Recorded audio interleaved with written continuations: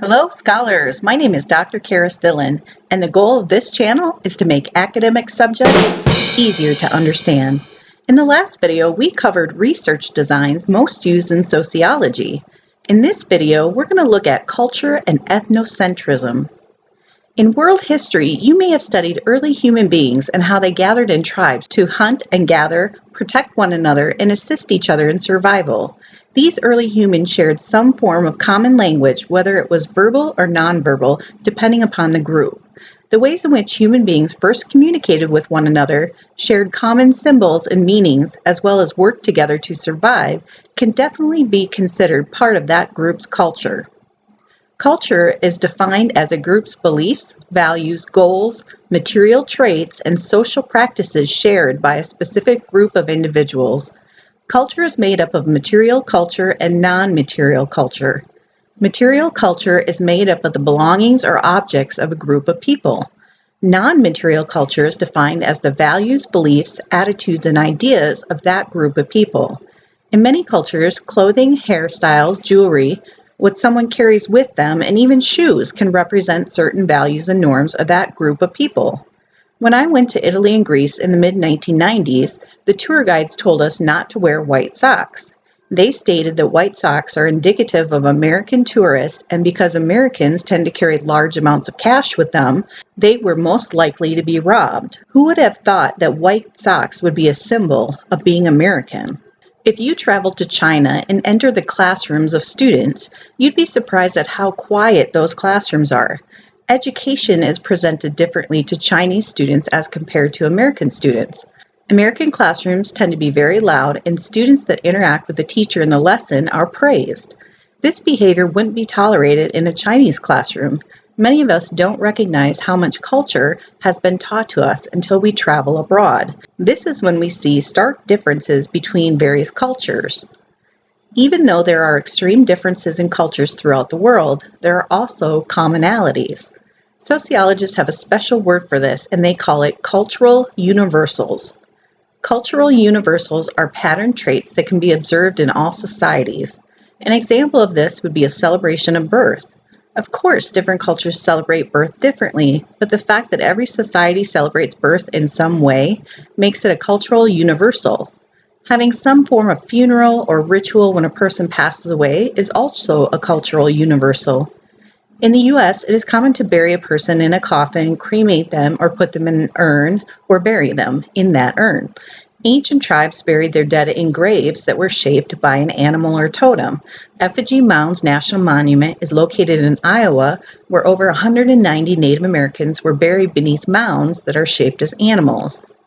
Believe it or not, humor is also considered a cultural universal. Sociologists have studied humor in various civilizations and have yet to meet a society that does not use humor to release tension and stress. Humor also serves to unify people and bring them together. I'm going to say that I think humor is one of the most important aspects of marriage. My husband and I have been together for 22 years, and if we didn't have a sense of humor, we would have never made it. When we're experiencing rough times, we like to listen to comedians in the car or go to a really funny movie, and it helps to draw us back together. Okay, in relation to this idea of culture, we're going to introduce a few vocabulary terms that are important for this theme. Even though there are cultural universals that exist, there are far more cultural differences than there are similarities. When people are brought up in a certain culture and have not had many experiences with other societies, they may struggle with something called ethnocentrism.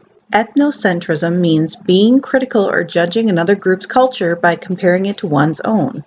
It can also mean only seeing things from the perspective of one's own culture. Many times, the judgment that comes with ethnocentrism is that one's own culture is better than others. It's totally okay to love your own culture and feel a sense of pride in where you come from, but being closed-minded and putting down someone else's culture can be destructive and lead to miscommunications. When the European people began to explore the New World and eventually settled on the east coast of the American continent, they met Native Americans and automatically assumed they were inferior, uneducated, and lacked religion. Even though the early colonists could not have survived without the help of Native Americans showing them how to grow crops, the European settlers still believed them to be untamed and uneducated. Cultural relativism is the term used for critiquing or assessing a culture by looking at the culture on its own, without comparing and contrasting it to one's own. For a sociologist or researcher to get to this level, they have to be extremely open-minded and be able to adapt to new social norms and beliefs. It is really difficult for a sociologist to fully accept the complete practices of a culture because sometimes one's ethics come into stark contrast with the researcher. Xenocentrism is defined as a belief that another culture is superior to one's own. There are many immigrants that come to the United States because they believe the country to be superior to their own. It probably doesn't take them many years to realize that the U.S. has problems. It is not a perfect country, and no country in the world is a true utopia. Having an open mind to other cultures and being able to compare and contrast your own culture with others is a better balance. If an individual enters another culture and becomes extremely overwhelmed by it, sociologists call this culture shock. Culture shock means the individual can experience huge frustrations and confusing feelings as they try to understand new social norms. Once they begin to understand them, generally the negative feelings begin to decrease. So we've been talking quite a bit about values and beliefs in relation to culture. Let's give both of those terms a definition. Values are considered the way that a culture decides what is good or just within a society. If an Amish individual commits a crime, the Amish people want to be able to punish that person in a way that fits their values, essentially their religious ideals. Values tend to be very strongly embedded in people, and this is one of the ways that people make others aware of their cultural beliefs. Beliefs are defined as ideas or convictions that the group holds true. It is not as prevalent today as it was decades ago, but belief in the American dream, the harder that you work, the more you'll achieve in the country, was held by a majority of Americans. It can sometimes be very hard for individuals within a culture to live up to their own values.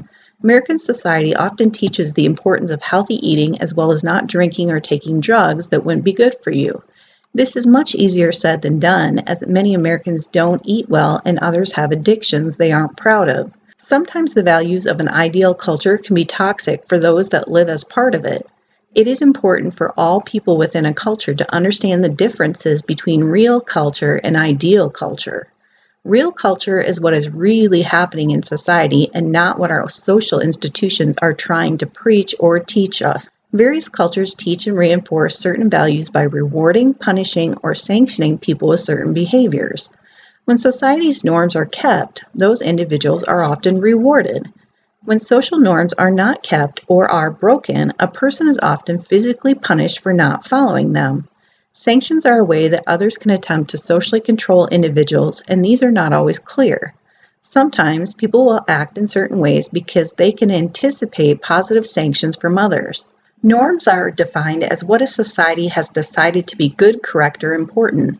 Formal norms are made up of established and written rules. These written rules or formal norms are agreed upon by a group of people and can be considered laws.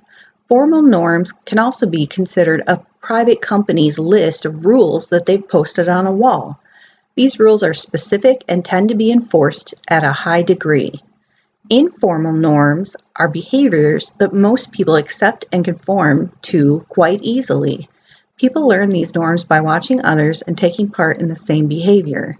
These behaviors can be taught to others or they can be picked up through watching people do them. One of the ways that people learn from watching others is by seeing them punished for not following informal norms. Norms can be put into two categories, mores or folkways. Mores are norms that include the morals of the group of people. People that choose to violate mores are usually shamed and are even seen very immoral by others within that group. Groups may shun or refuse to talk to others that have broken mores. Folkways are norms that tend to be found in everyday routine behaviors. These often show small aspects of one's culture. Do people bow when they meet each other? Do they shake hands? These would be folkways that show aspects of a culture. Folkways tend to be really different from one culture to the next. Okay, well that is the end of the video concerning culture and important sociological vocabulary. I hope you enjoyed this video, and if you did, please click that like button and don't forget to subscribe. I want to thank you so much for watching, and I hope these videos help you walk into that classroom a more confident and happy student. Have a wonderful day, and I will talk with you soon.